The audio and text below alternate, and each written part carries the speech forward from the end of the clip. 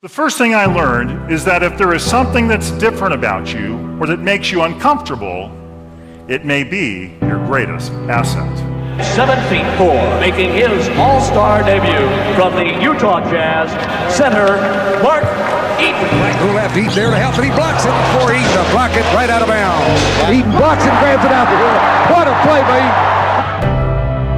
Eaton. It's April 1977.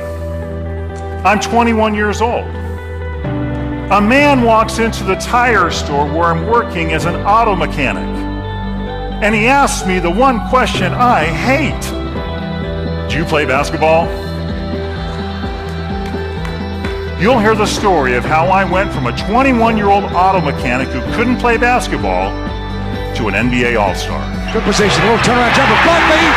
Eaton goes down with the ball. When I come and share my presentation with your team, I'm going to share with you the tips and techniques that I learned as an NBA player. How to get rid of that internal competition, that internal conflict that so many of us face on a daily basis. I've put my presentation together in a way that even the last person in the last row who knows nothing about sports is going to walk away with something powerful, a tool that they can implement immediately when they leave the room, and to help them understand that if the team wins, they win. I'm trying to catch this little guard on our team named Rocket Rod Foster.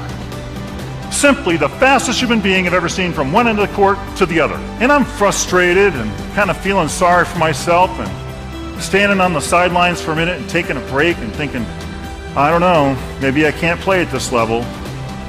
And at that moment, I feel this large hand on my shoulder.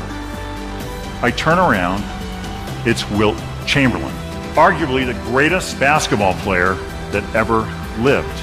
Wilt grabbed me by the shoulder. He took me out on the court. He positioned me right in front of the basket. He said, let me tell you what your job is. He said, you see this basket?